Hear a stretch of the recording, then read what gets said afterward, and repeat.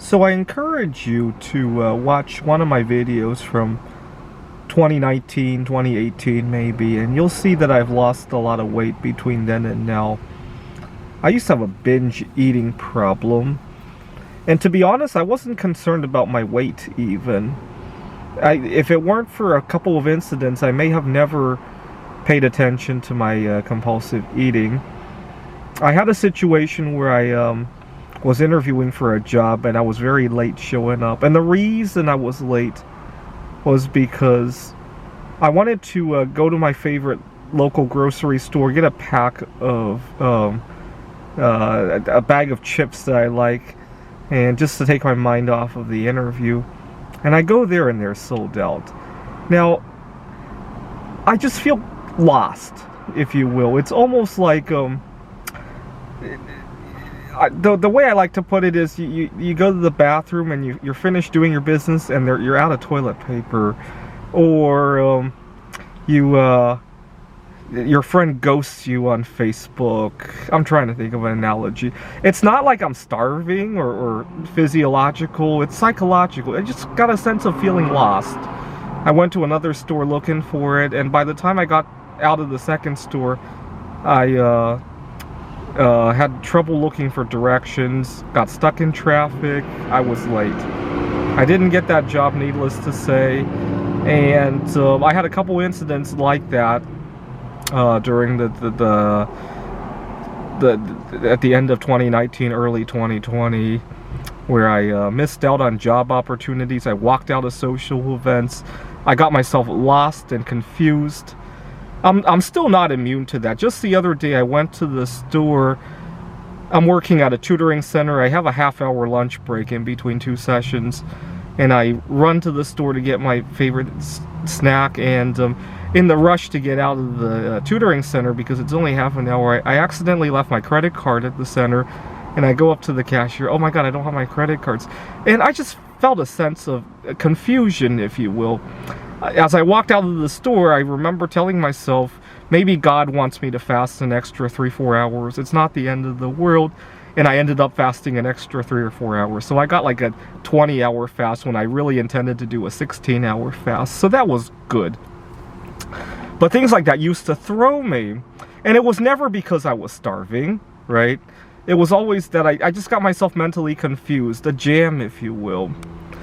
Now, one thing I learned over the last 2 years of fasting is that one of the biggest challenges is to learn to do new things with a fasting mentality, or a not addictive eating mentality, right? I learned how to go to work without munching on food during a meeting. I learned how to handle going to sleep without a big meal right before. I learned how to spend time with my significant other without having my attention diverted away from food. I learned how to go to a conference and be able to network with the right people without thoughts of food intruding on it. And then I learned how to quarantine without constantly binge eating or doing obsessive behaviors. There is one thing that I haven't learned how to do, though, and this one gives me a lot of anxiety. I haven't learned how to go on vacation, especially overseas, and here's why. When I travel to another country where there are foods available that are not available back home, that's where I might run into trouble. And the reason for that is, one of the big motivations that gets me going when I'm fasting is to remind myself that food will always be there tomorrow, 2 days from now, 3 hours from now when I break the fast, whenever, right? When I was at the store and I forgot my credit card, all I had to do was remember that right after class, my credit cards are in the tutoring center. I can come back here and indulge, right, if I wanted to. Obviously, I want to keep a lid on that too, right? Now, when I travel overseas to Japan and my favorite sushi is not available back home, when I'm going to Wuhan and there's exotic foods, not that I would want to do that, that kind of logic completely breaks down.